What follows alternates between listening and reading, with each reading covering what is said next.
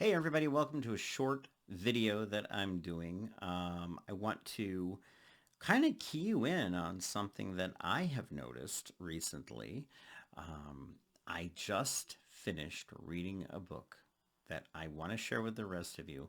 A guy who's been on the show, Darin Kennedy, wrote this wonderful, so he wrote Necromancer for Hire, and he wrote this other book that as I was doing research for the interview about Necromancer, I came across this other book that I'm like, I really want to know more about it.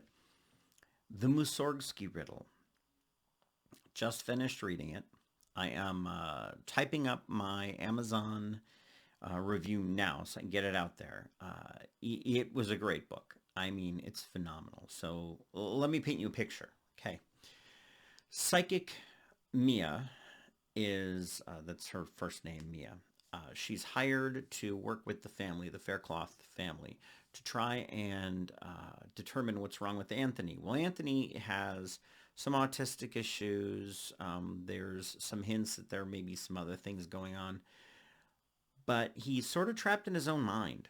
And Mia is hired to go into his mind and sort of figure out what's going on and see if she can help guide him out in her own special way. She's hired by the family's matriarch, Caroline. Caroline's got a lot on her shoulders. She is not only the mother, but of her daughter Rachel, and her other son, Anthony's older brother, and Anthony. But she's also single momming it because the father of the family had passed away. What we see happening is this whole family dynamic is very, very difficult for everybody, and it puts a lot of strain on it.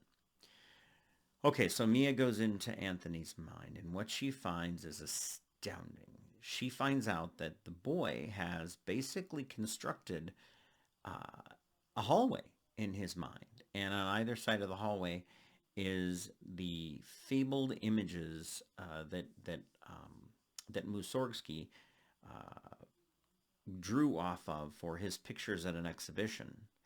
And she has to start to solve the riddle. Well, when she's looking at these pictures, she makes an interesting discovery. She can step in them. Well, actually, it's probably better to say that one of the characters in the paintings actually invites her in. And from that point on, she's really spending a lot of her time trying to figure out what all this means. Now,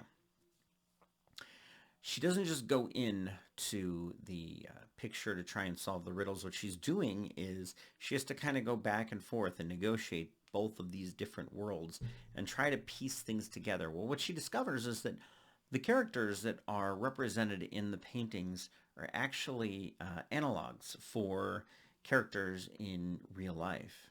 So she starts to unravel that mystery.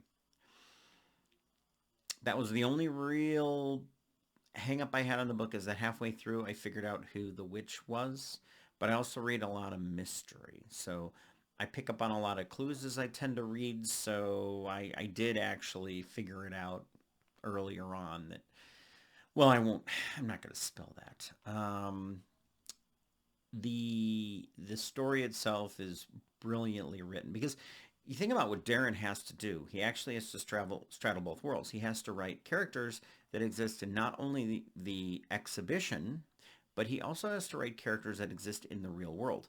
But both those characters have to be true to themselves, and they also have to be true to the worlds in which they're living. It's not an easy thing to do, but she does it, or he does it extremely well, in that when he puts this world together, it kind of makes sense. Um, the characters are honestly, you like the characters, and that to me, those of you who've been with me for a while know that I say that that is the ultimate positive mark of any book, is whether or not something happens to the character and I sit there and go, oh no, no, not that, not that's happening to the character. But that's the important thing to remember here, is that the characters are very well written. They're solid. And because of that, I cannot help but give this book anything, I got to give it 5 stars. It's actually really very, very good. And normally I only give like 5 stars to horror novels because who doesn't like horror? No, I'm kidding. I give out 5 stars whenever they're good books.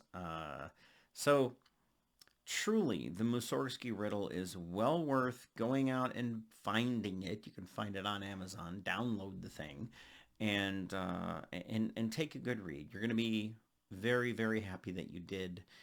There's also other books in the similar vein. I have not read them yet, but they are definitely going to be on my to read pile at this point. So I hope you definitely will take my advice and go out and do it. Well written, very well edited. It's just a great thing. I actually bought it on Kindle. I didn't buy it in hard copy only because I have enough hard copy books. I do have Necromancer for Hire in hard copy around here, so I do have that signature, vaulted signature that I love to have. All of my favorite author signatures. So, all right, well. You guys have a great rest of your evening. It's been great talking to you, and I hope this video was useful in one way, shape, or form. Thanks. Bye-bye.